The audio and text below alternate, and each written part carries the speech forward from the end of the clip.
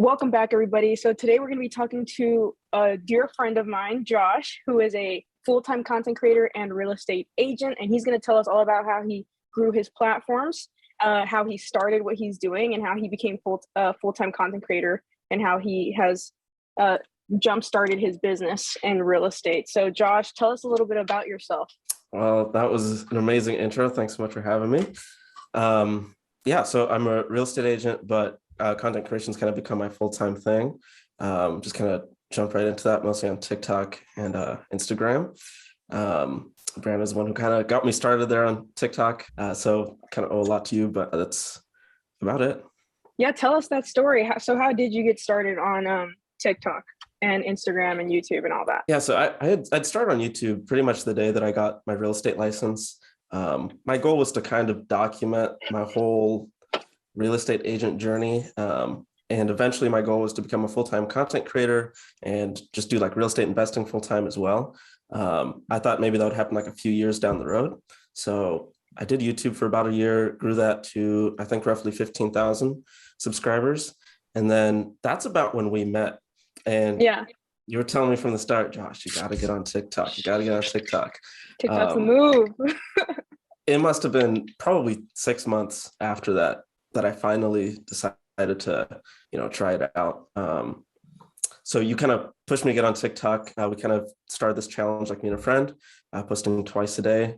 Grew on TikTok in about three and a half months to 100,000 followers. Now we're now at like 150,000. Oh man. Yeah, it's growing. Yeah. Instagram, I started right around the same time that I started TikTok as well. That was late November 2021. And then Instagram's now at a little over 75,000 followers. So 75,000. Yeah. Oh man, dude. No, yeah, that's crazy. I do remember when you first started, and I was like, no, because I think you had a goal it was a goal that could have been done in a shorter time. Like, I don't remember. I think you said like, oh, maybe I can hit 100K in like a year. And I'm like, no, buddy, you can hit 100K in a month, in 2 months, if you stay consistent. And then you did. I'm really proud of you for, because you did the work. You went and posted 1 or 2 videos a day. You stayed consistent, and looky there, you get the results. I thought it was going to take a lot longer. Then you said you did it in like a month or two. Mind blowing. And then you showed me like the proof, and I was like, okay, let's do it. Yeah, I think partially too, we were talking about sponsorships and brand deals, and I'm like, look, buddy, that's one TikTok video right there. I know. I remember one time you sent me a screenshot of this brand deal you got, and I was like, okay, that's it. I'm jumping right in, YouTube can wait a little bit. Right. All right. Exactly. No, well, okay. So you started on TikTok, and how does that feel? Do you feel like, because TikTok is one of those platforms that you can grow faster on. YouTube is like a slow burn, but you've seen the difference, and you get instant dopamine with TikTok. So how is that difference in comparison to like you growing your YouTube channel? I feel like YouTube, anybody who's grown on YouTube to like a pretty significant level, and I'm not saying like I'm huge or anything, but YouTube is like a lot more analytical. I feel like you're taking a look at your numbers every single day, your click-through rate, the amount of views you're getting, your watch time. It's almost like a science. And like growing on YouTube is so much more technical. Whereas, TikTok, you can post a video that has nothing to do with anything at all and get like 80,000 views. So TikTok, you're right, it kind of has that like dopamine hit, that like instant gratification. Yeah. So when that kind of starts rolling in, it's kind of easy to get addicted to only making short form content, which is a little where I kind of fell in and abandoned YouTube for a little bit. So I'm kind of on the same page with you that it's that kind of instant gratification. It definitely makes you not even want to post on YouTube when you're getting these videos that do so well, and then you go and get like a couple thousand views on YouTube. It's like, man, and this video took me hours to make, the one on YouTube. Yeah, so, I was just editing a video that took forever. Oh, really? And then you can go make a TikTok in like 20 minutes. Yeah. It'll get like 500,000 views. Minimum. Yeah. Minimum. Yeah. So I totally get where you're coming from. So you've been growing a lot on Instagram, and this is something that we haven't talked much about, but like, 75,000 is absolutely ridiculous. For like Instagram, like come on now, man, that's a lot. Do you think that TikTok has helped you aid in that, or do you have a completely separate Instagram strategy? I'm actually going to make a YouTube video on this very soon. I just scripted it out, but my Instagram strategy, I like to call it the lazy double repost method. Lazy double repost. So TikTok helps in a way, but I feel like my audience on TikTok doesn't come over to my Instagram. I feel like getting people over from TikTok to your Instagram, it's a whole process and people just don't really do it. Unless they like really like you. So unless they love you. They're super fans. Yeah, love you. Like, yeah, anyway. TikTok has helped in the way that I just repost my content from there. So I don't have to like make content twice. But other than that, I don't think it's helped my Instagram that much. My Instagram strategy, kind of in a nutshell, is just I rely on other bigger pages in my niche reposting me. So, I mean, as you know, in finance and the whole motivation kind of niche, there's a ton of pages, that are pretty big. So I just try and make content that they commonly repost, and I build up a little relationship with them and then see if they'll repost my stuff. And that's kind of helped me grow. So give us an example. How do you reach out to these pages, and or are you paying any of them? Is this all like free promo? You just communicating back and forth with them like, hey, look, because they need videos too. And some of these pages will read. So I know for me, like I've had pages repost me and I have grown, but it wasn't an intentional thing. They just like reposted me and then they'll put my credit like way bottom in the paragraph. I'm like, you might as well not credit me at all. It needs to be the first line. I don't think it helps with growth a ton unless the video that they repost goes viral or like it gets like a couple 100,000 views at least. But it does help. So I'm not paying anybody. It's all organic. And it's not like I'm out here DMing a bunch of pages every single day. My strategy, I'll take the video from TikTok, I'll post it on Instagram, and then I've got maybe 10 to 12 pages that are kind of like my dream pages that I want them to repost me.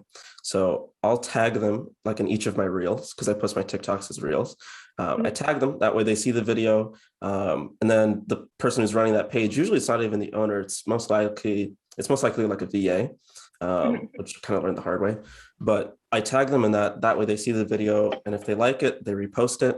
I always use the same caption, same hashtags most of the time. And then as far as like building up those relationships with the pages, once they repost me once, then I get in their DMs. I'm like, hey, thanks so much for reposting me. Just letting you know, I've got a couple more videos exactly like that you might want to check out. And I'm always putting out videos just like this. And they're like, awesome, thanks so much. And then I'll put out a video that I think they would like to repost, and then I'll DM them like, hey, just put out this video. I think this might be something that's great for your audience. That's just kind of the relationship we build. It's not like we're talking every day. Maybe a couple times a month or something. So okay, so it's a lot simpler than I thought it was. So which is good. I mean, that's a good simple strategy, and I agree with you too on the reposting your TikToks, because then you don't have to make separate content. So when you tag them, do you just straight up I'll go look to see what you do exactly, but do you just straight up tag them, or do you like put feel free to repost me and then tag them, or like no, I just tag them. I don't really do anything other than that. Okay. I feel like most of these pages, and I've reached out to them, they'll just repost your stuff for free, but some of them also have like a paid thing where like if you want your stuff specifically reposted. But most of them are just like, hey, if I like it, I'll repost it. There's not really anything you can do to like really entice them, but I just want my video to get in front of them, that way they see it. So I just tag them, and that's kind of how I get the reposts. And then obviously I grow some, just from my reels hitting like the explore page as well, but the biggest growth spurts come from other pages reposting me. Yeah, I've seen that you've had some reels do extremely well, and reels algorithm is far different than the TikTok algorithm. Is this just pure luck, or do you have a reels of how you have an idea of how reels work? Like, do you have any idea how reels, like what goes off on reels? That's a good question. I don't necessarily know if I can answer that, but I always just keep the same process. And once I saw that it worked, then I just stick with that.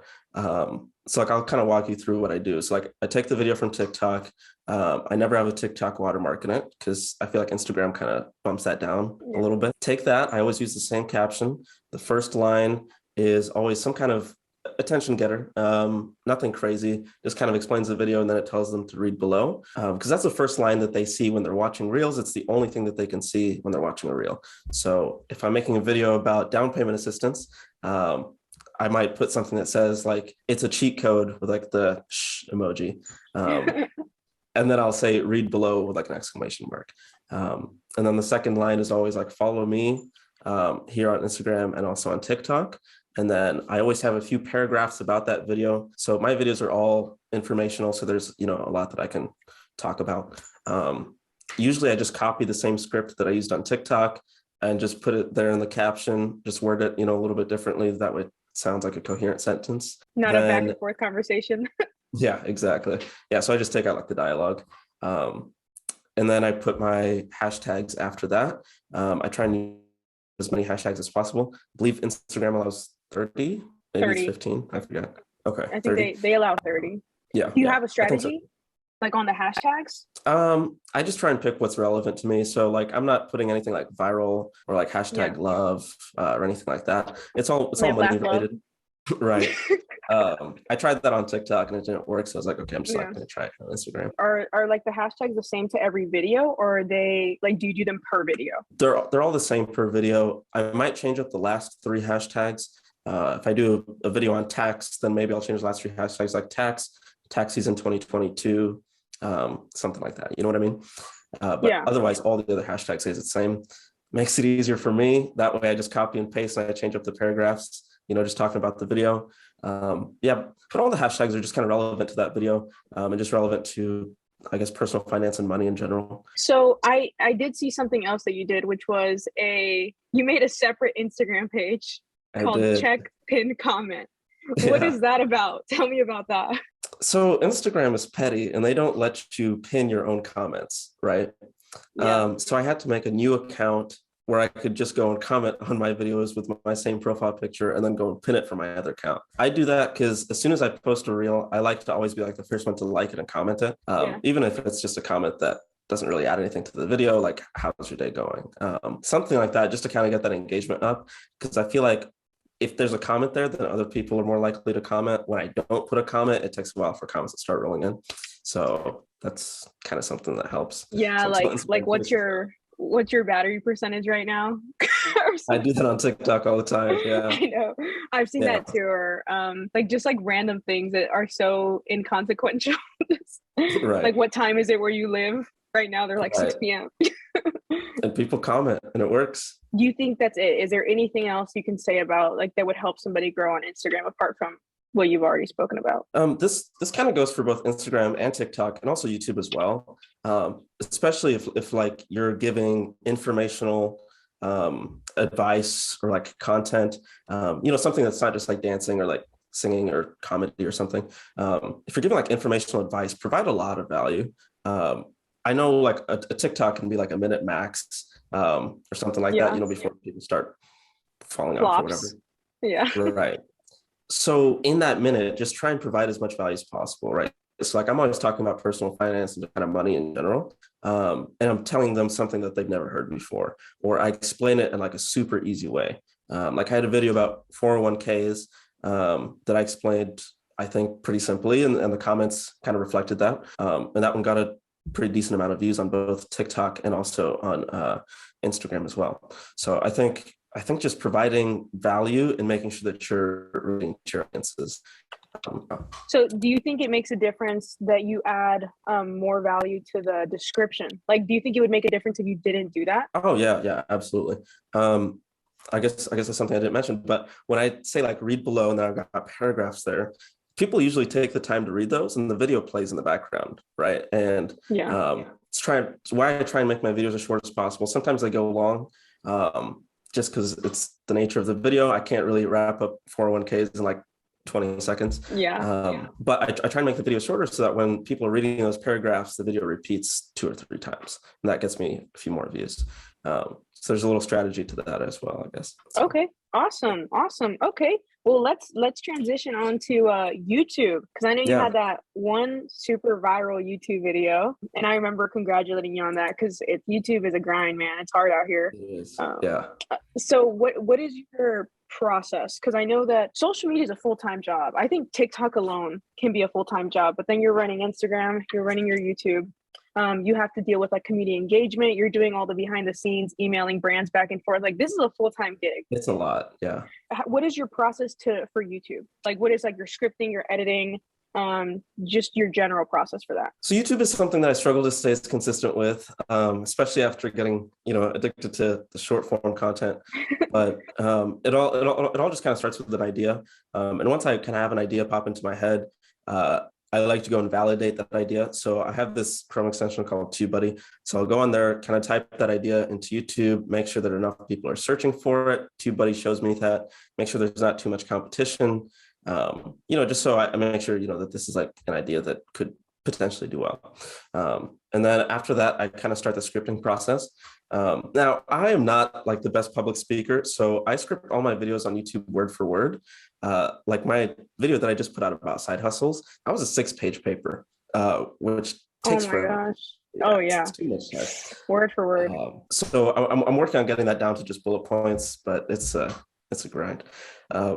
So that's how I kind of script it is hard. And I've tried, and then my sentences just don't even come out like sentences. I just stutter over everything, I think that's interesting, because you've been doing YouTube a lot longer than me consistently, because you had that period of time where you're posting 3 videos per week. I don't know how you did all that, but the fact that you also still can't get down like the bullet points, like it's just hard. Like I don't know how people like can just go off of bullet points and like talk, especially for like informational videos where like there's a lot of like fine details and maybe you did some research into this topic. It's hard to just look at a bullet point and then kind of recite everything that you learned, if that makes sense. I 100% agree with that. So what is it that you do? What is the rest of your YouTube process like from there? I know that you're scripting videos, you do TubeBuddy, you check out, see if it works. Also, how long does it take you to script the video? Like this one that I just made about side hustles, usually my videos aren't 6 pages. Maybe I get it to like 3 or 4. And my scripting process takes usually like a day or 2. Usually closer to 2, because at about the end of the first day, I get a little lazy and I'm like, I can just do this tomorrow. So roughly 2 days, a couple hours a day. And that's what takes so long. So if anybody out there knows how to script videos, hit me up. Script them faster. Yeah, right. Okay. But after scripting a video, so like after scripting a video, that's kind of when I just get right into filming. My filming process is pretty straightforward, nothing fancy. I still film on my phone for everything. Really? Yeah, I need to upgrade my camera setup. I just haven't gotten around to it. So I got the iPhone 13 Pro, and that's been helping. Which is good. It'd be looking good. I mean, they have a good quality. I mean, they're $1,000 phone. I mean, like that's all you need. I think that you can build. I've seen YouTubers build like full, like incredibly successful channels just with their phone. I think. Oh yeah. Yeah. I think when you get like, so for me, I was doing it on my phone too. And then I upgraded. I didn't like need to upgrade anything. I think it just makes you feel better. Like, I don't know, you just feel more professional, but that's like literally the only benefit. Like, I don't think people, like there wasn't a difference in my content just because I'm on a camera now. I just felt like more pro. I was like, oh man, I feel like a YouTuber. I know exactly what you mean. Every time I upgrade my equipment just a little bit, nobody notices, but it makes me feel better. Kind of increases my rate of work. I guess I can get things done just a little bit quicker, which always helps, just having better equipment. So this year I will upgrade to a professional setup. But for now, the phone is doing just fine. It's doing the job. Come through. I'll show you my setup. Okay, I'll do it. Do you edit your own videos, or do you have someone edit them, or what does that go like? I still edit my videos. I do everything on my own besides like the brand deals and everything. I recently signed with a manager. Like, we can talk about that later. Everything else is on my own. Editing. So after I film my videos, I put them into Adobe Premiere Pro, and I edit everything on there. I always have the same editing process to help it go just a little bit quicker. I always import it, cut them, paste them all together. Then I'll do my music, then I'll do my overlays and titles and graphics and whatnot, sound effects, and then I just export it from there, just make sure everything looks good. Editing usually takes me 3 hours at least.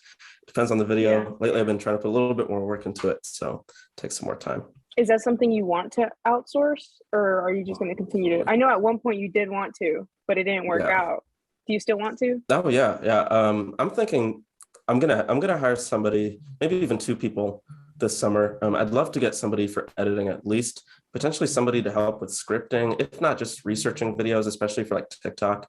If they can just come to me like every week with like 7 ideas with like different bullet points, and then I can just make a script from that. That would make my life a whole lot easier. That's a great idea. I think what I've done for that is so I use Fiverr and Upwork, and I use that a lot. And so I have had people do research for me and just said, hey, write me a research paper on this topic, Right. and then I'll do like they'll gather all this information. They'll write me. It's not necessarily a script because it's like in a research paper format, but they'll write it out and do all the research, and then I'll use that to create my script because it's all in one place. That's smart. Okay.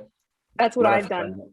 Yeah, and I like your idea too of getting bullet points for TikTok, because this is what I did for some YouTube videos. But for TikToks, I was like, how would you pay somebody?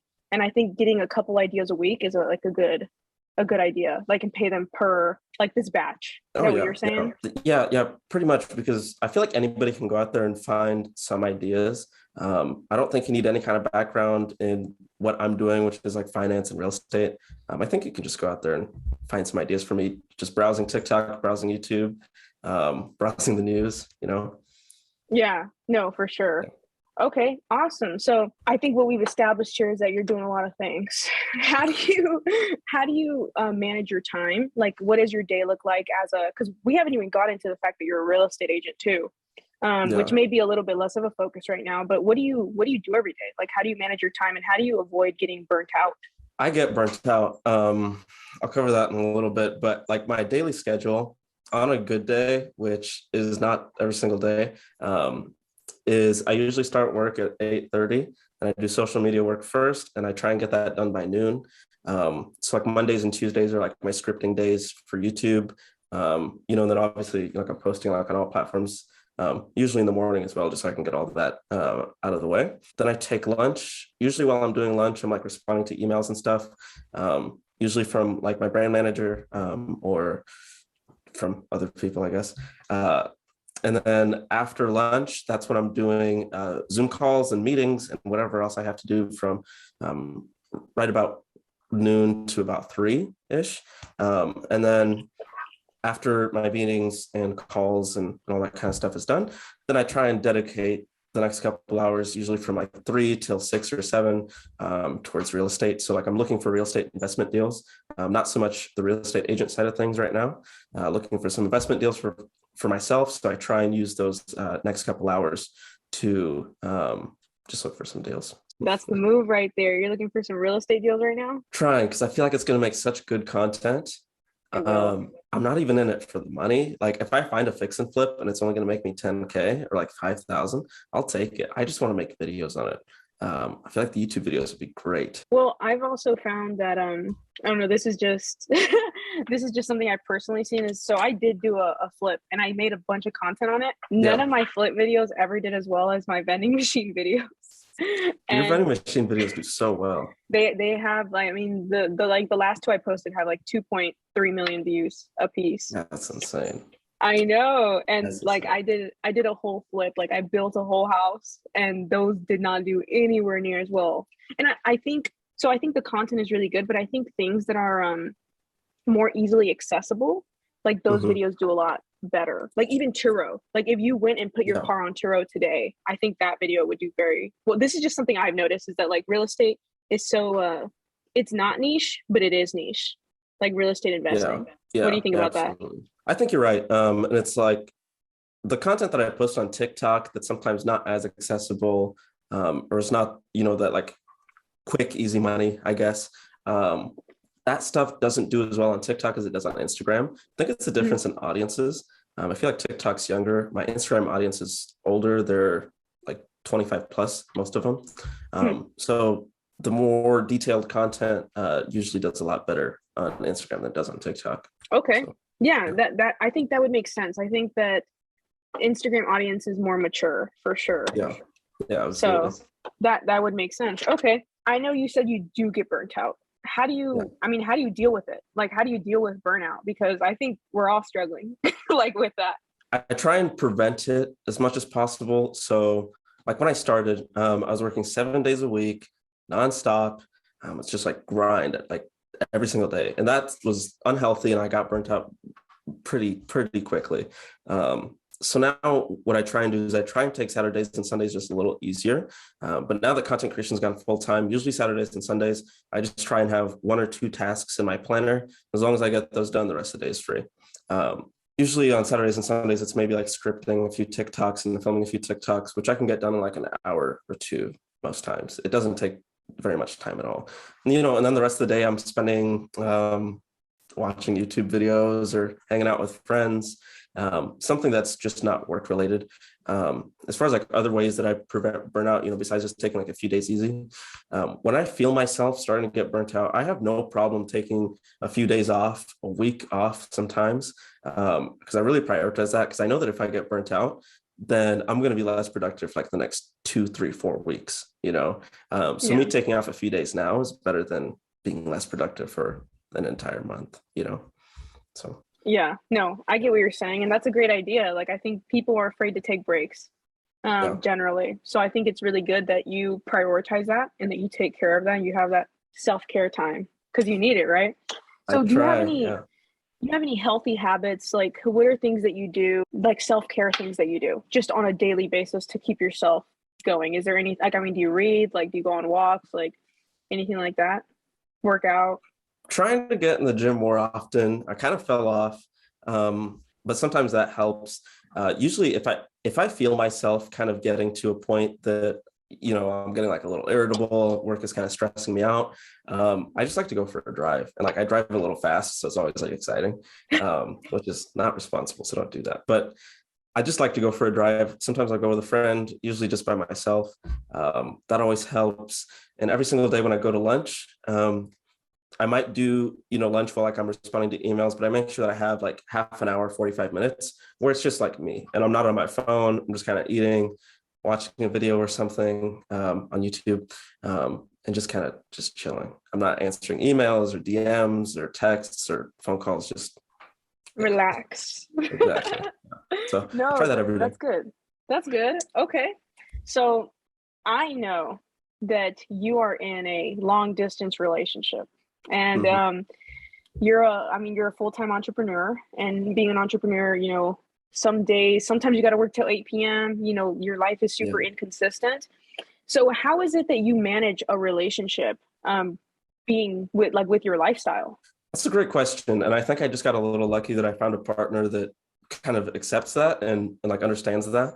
Because I wouldn't be able to just work from like 8 until 12 every day Yeah, and that'd be be anywhere. okay. What I mean? Yeah, right. So luckily my partner kind of gets that, but I always make time for them.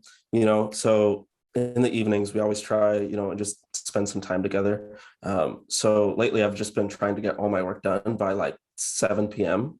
max, and then the rest of the day is us together, or me by myself if we're not going to do anything. So just trying to get my work done early, but also just kind of finding somebody that kind of understands that, because not everybody's going to. They also work as like a finance major, like they're going to school like to become a finance major, so we're kind of in the same field there, and so we kind of understand like what each other's doing, so that just kind of Yeah. makes things easier. So yeah. You think that adds to it is the fact that she has like an understanding of like what's going on, and is like, like you can talk to her about these things and she's going to get where you're coming from. Also, what do you guys do in like are you talking FaceTiming? Are you guys talking calling, or like do you guys have like some cute FaceTime dates, or what goes down? I think it definitely does help that like we can relate on those kind of things, because we can have like those kind of conversations, and like we understand each other. Now as far as dates and like what we do, we use this like website. It's called Scener. scener as in like a scene in like a movie or something. Okay. You can go on there and it'll sync up your Netflix and like Hulu accounts, so you can like watch a show together. But like it's synced up because we both love just watching a bunch of movies and TV shows. Like we'll watch something together most nights. Other than that, we're usually just on the phone all the time. We try and make it an effort to see each other every couple months. But I'm looking to move down there end of this year, early next year to North Carolina. So just trying to save up for that. Otherwise, I'd be in North Carolina like every month. Really? That's the move. So you're going to make the move out to North Carolina then. And I'm sure that'll make things easier. Oh, yeah. I mean, plus I'm in Lincoln, Nebraska right now. There's not a ton to do here. So what is that? What even is Lincoln, Nebraska? Yeah, no, there's nothing out here. Okay, so I've actually heard of that app, so that's really interesting. I've never used it, but I have heard of Scener, and that always sounded like such a fun idea. Try it out. Yeah, I'll try it out. Honestly, I have so many long distance just friends. Like everybody I know, all my friends are like not where I live, so that might be just a good idea. Anyways, like we could watch a movie on Scener. yeah, it works. It's awesome. All the homies. Right. Okay. We should do that. Yeah. We should do that. Yeah, we should do like a group night. We should watch Wolf of Wall Street. All of us finance I think that'd be awesome. So let's just wrap up with is there anything that you're reading or anything you would recommend for somebody else who's trying to be similar to you? I'm sure a lot of people look up to you. Is there any like channels or any podcasts or any books that you're reading that would help somebody, do that? On the real estate, like investing side, anything Bigger Pockets, I've been reading their stuff a little bit lately. Amazing Love stuff. Bigger Pockets. Love Bigger Pockets. One of my favorite books by them was, I think it's something about creative financing, or maybe like buying real estate with no money down. It's titled something like that, but don't quote me on that. It's one of my favorite books by them. As far as like podcasts and channels, the Iced Coffee Hour by Graham Stephan is my favorite podcast of all time. They've got such great guests on there. I learn a lot. YouTube channels, Alex Ramosi.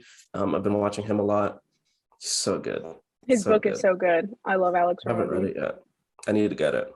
It's only like 99 cents. I don't know why I haven't done that yet. Yeah, I mean, there's no reason not to. Okay. Let's see, what other YouTube channels? I really look up to just Graham Stephan a lot, Ryan Pineda a ton as well. Kind of want to make my content a mixture of like Ryan Pineda's, but also Behez's as well, where it's more like Gen Z-ish. Gen Z. Yeah.